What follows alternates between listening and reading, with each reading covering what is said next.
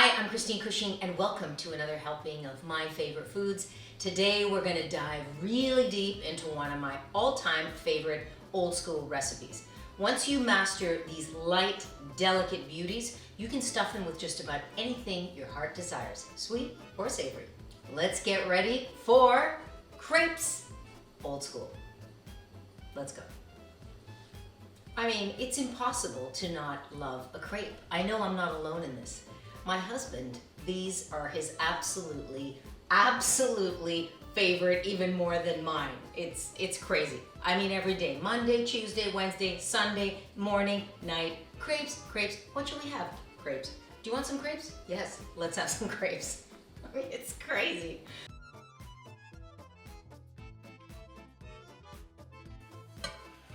Okay, this is how I make crepes, and this is how I was taught. Old school. So basically, I mean, flour, milk, eggs, a little bit of butter. Those are the ingredients. I start with flour in my bowl. The next thing that I do is I add the milk, and we're gonna create what's called a slurry.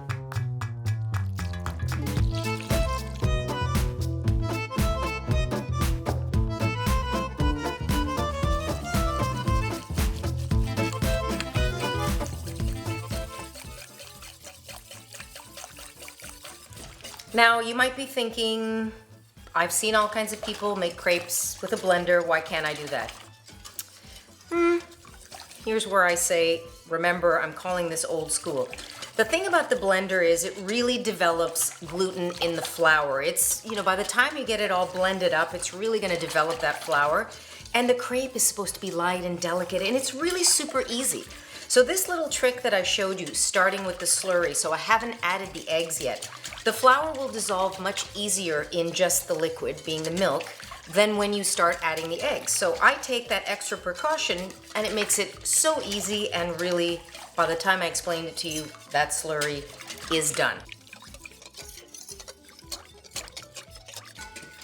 Any little bits of that flour are gonna dissolve once I let it sit, once I add the eggs, bring it back out, because I'm gonna whisk it a few more times, so don't worry about that. Another precaution is we could strain it if we want to remove all of that. 3 eggs.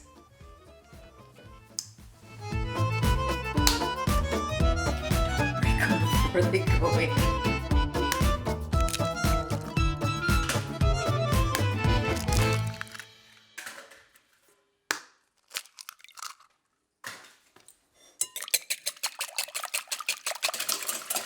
When I started learning, the first time I actually made a crepe the right way was in culinary school. So in addition to this particular video being dedicated to my husband who loves crepes, we already been through that, I want to really put a shout out to my professor or my chef instructor at culinary school, Jacques Marie. Jacques Marie was the most amazing guy. And he put the fear in every single student who was in that class, including me. So when we learned to make crepes, we would all have to stand in a circle and you would each take a turn at making the crepes. So guess what? The first crepe you ever made, every single kid in school is looking at you and laughing.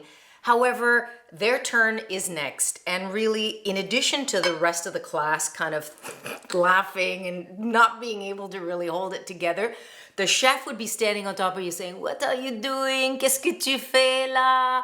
Go drive a bus. You don't know how to make crepes. This is a map of Ireland. It's not a crepe." Holy cow. That's the way we learned how to make crepes.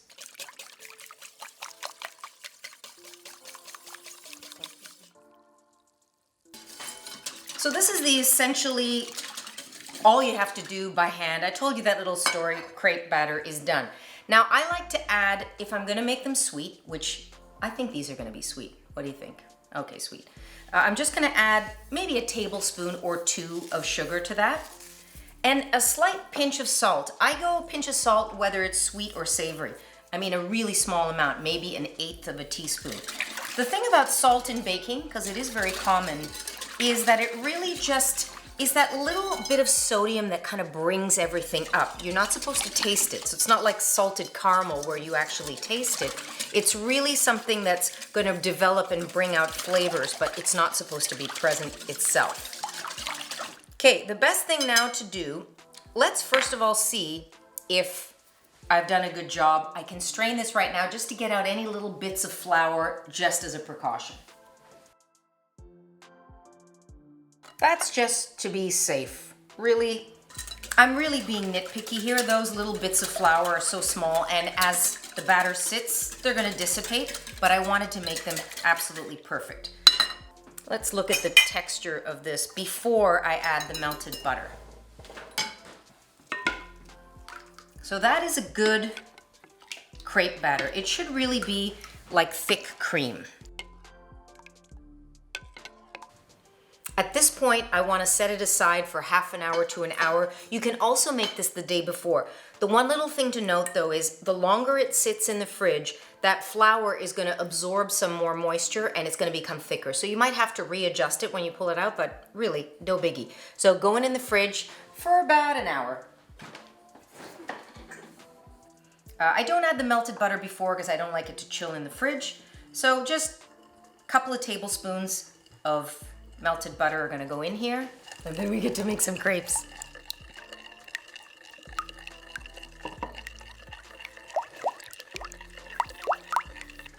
Now we have a perfect crepe batter. For me, the next thing is the pan. Here's where it's gonna get controversial. I know, bring it. Everybody's gonna start. I don't have a pan, I have a frying pan, I have a non-stick pan, I want to use my non-stick pan. You can use your non-stick pan. I personally don't like to use my non-stick pan or a non-stick pan.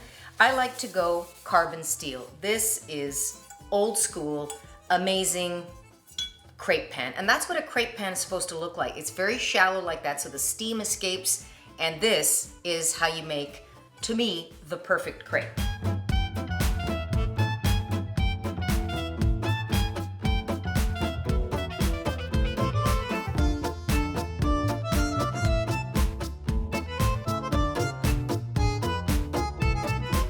Are you ready to make a crepe? Well, are you ready for me to make a crepe? So I want to put my hand on top. It should be hot, but not crazy hot. So this is about 2 tablespoons, 25 to 30 mil. I'm going to fill it right to the brim, and I want to add my liquid or my batter towards the back of the crepe pan and then tilt it towards me.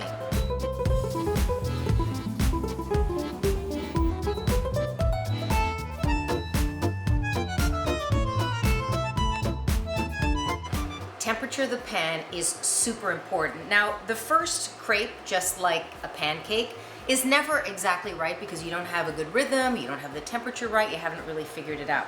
But the thing about a crepe is if your pan is too cold, so if it's too low, the crepe is going to dry out by the time it cooks. So you want to have that perfect temperature. Medium high is what it is. Calculate exactly a minute for one side, and then I'm going to take my offset spatula. This is in my favorite tools department. See how the edges start to release? And then you do a little peek, you do a little flip. That's a pretty perfect crepe for the first one, gotta say. The other thing about using the carbon steel pan is you can't flip it the way you do in a non-stick. So you gotta use the spatula like that.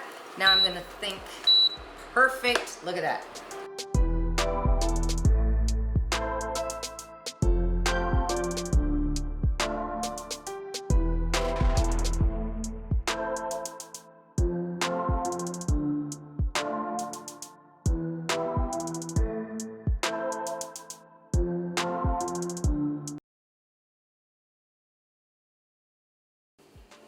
Okay, so the crepes are done. I just wanted to show you why I wanted to show you this. So this is what a beautiful crepe looks like, old school. Should be delicate, should be tender. When you tear it, should really just tear apart. It should not be glutinous and tough. When you taste it, it should just break away. Oh, that's good, just by itself. and the little edges should have those ripples. That is a thing of beauty. So now that the crepes are all done, fillings. Really, the possibilities are endless. So let's make some sweet crepes.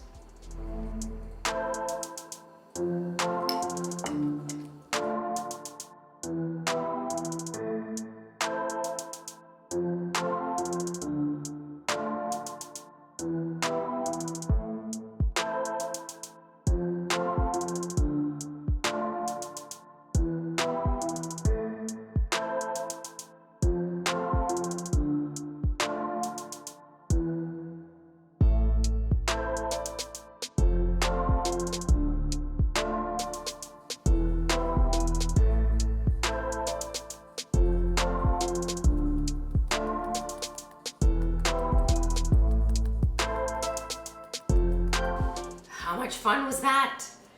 Okay, now the big question is, which one shall I taste? Because I can't taste all of them. The obvious answer is the chocolate hazelnut banana, but actually, I think I'm gonna go for this cherry cheesecake kind of filling. It looks pretty damn good, I've gotta say. I'm digging in.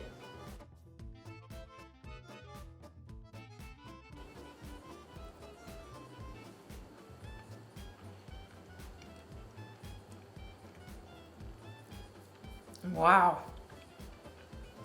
That is a revelation. Actually, this is the first time I've made this. It's like cherry cheesecake meets crepe, and they love each other. Did I tell you that? That is so good. I'm glad I picked this one. I need to taste one again just to make sure it was good.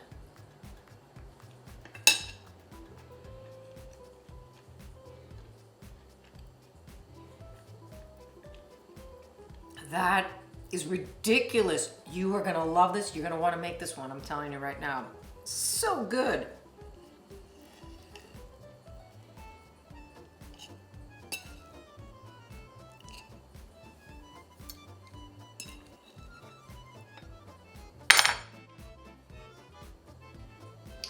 Now that you know how easy it is to make a great old school crepe, I don't think you're gonna be standing for those imposters, you know, something that's second best. So I want you to get on this now. Thank you so much for joining me on another helping of My Favorite Foods. Let me know what your favorite filling was, what's happening in your kitchen. I always want to hear from you, and please subscribe. See you next time.